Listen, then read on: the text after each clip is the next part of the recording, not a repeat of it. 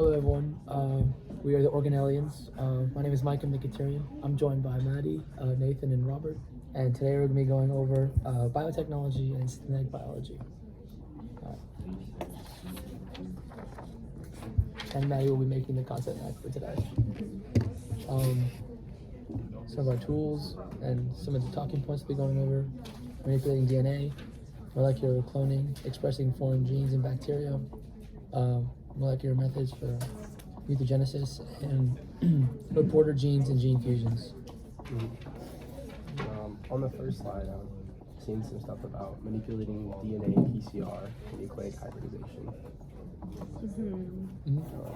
Synthetic biology is using genetics and turning them into things that are more useful in our society, can be used in industrial, medical, and agricultural fields. Specifically for genetics, they can be used in vitro, which means not inside the body in a synthetic environment. Tools for this include amplification, electrophoresis, nucleic acid hybridization, cloning, and targeted mutagenesis. Heterologous expression is just expressing a gene in a different host besides the one that it's already in. Well, slide 4 introduces PCR, which is DNA replication in vitro. Basically, you're just going to multiply segments of DNA to like a billion-fold during the doubling process, which is called amplification.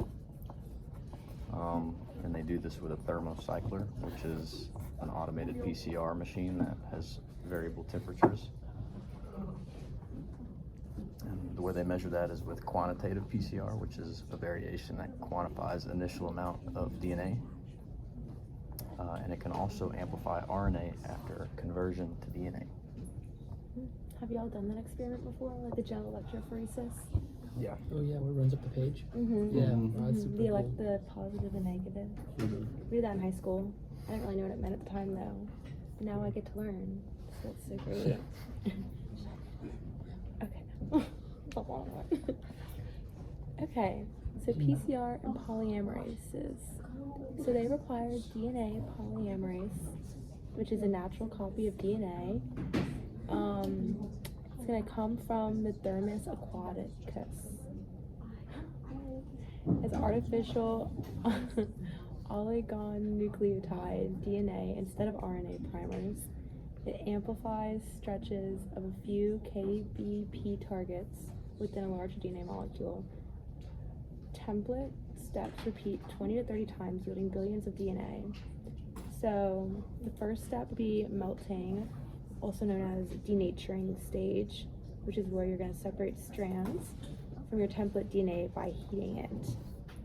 Second is annealing, so 2 DNA oligonucleotide primers to each of the DNA strands. These are present in excess forward and reverse primers. And then extension, so DNA polymerase extends primers using original DNA template, which is extension. So reverse transcription PCR, RT-PCR makes DNA from an mRNA template and uses reverse transcriptase enzymes. Diagnosis of COVID-19, so that's cool. Yeah. Moving on to more of the manipulating DNA. As we just talked about it, gel electrophoresis, which is the use of agar-agar gel to pretty much separate nucleic acids by both size and charge. In a sense, you have pretty much the nucleic acids, they move towards the positive electrode because they have negatively charged electrodes that want to go to the positive side. And along with the gel page, the small molecules move faster. That's pretty much how it works. Then they move faster than the larger molecules.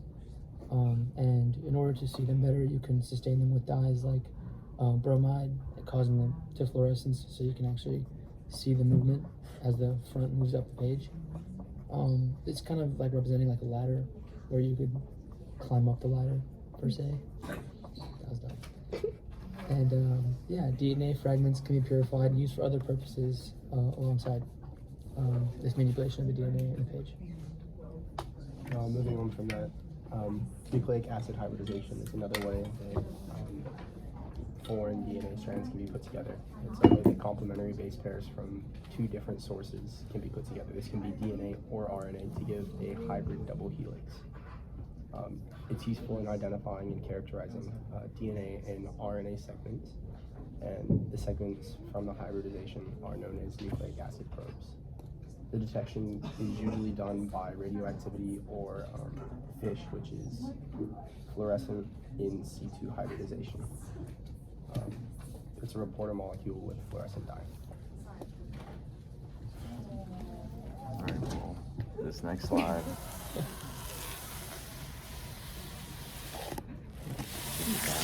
It's not really a diagram, it's just a picture of gel electrophoresis with like the ladder going upwards. So number 4 would be a small molecule because it moved the furthest, or that'd be like a nucleic acid. Yeah, that would be like a plankton, Does it say that? No. Oh, you just know that? right? Because it says planktonic growth. No, What about this? that is not true. Do not. I think That's a Don't write that down. the ones, That's all on the the map. ones that are the biggest travel the less. The Yeah. least. Yeah. So that's the biggest. I did write on the concept map small molecules move faster. Mm-hmm. So yeah, so 4 goes south, meaning it's the fastest. Yeah. So that's the south down there, and that'd be positive. Okay, we'll show a little update of the concept map. Lovely. Okay, so we're still manipulating DNA with PCR and nucleic acid hybridization. We've talked about gel electrophoresis and nucleic acid hybridization. So FISH, the acronym spoke of earlier, it's fluorescent in situ hybridization. Refer to the figure, see a picture. It uses fluorescent probes to target specific nucleic acids. So our ribosomal RNA sequences in cells. And this is going to help in identifying pathogens in clinical samples of bacteria and environmental samples. It also is going to hybridization, and this also occurs in situ, which are cells that are intact.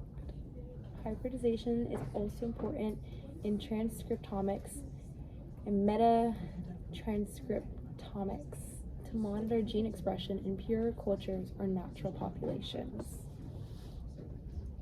And now moving up to one of the next 5 talking points regarding molecular cloning. This is the movement of a gene from its original state to a more manipulable genetic element, also known as a vector. The way this works is recombinant DNA genes are manipulated, causing the molecule to contain DNA from different sources.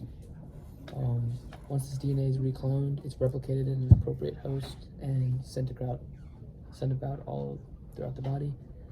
And people use this idea of molecular cloning and genetic engineering in a sense to re-engineer and make cells that are more primed.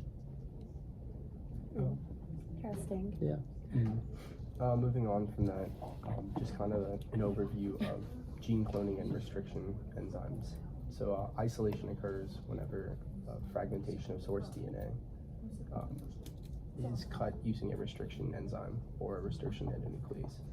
These enzymes break phosphodiester bonds in specific sites, creating sticky ends. These sticky ends are uneven ends that are used to identify where it is broken. The next step is insertion of the DNA that you want to put inside your plasmid or bacteriophage.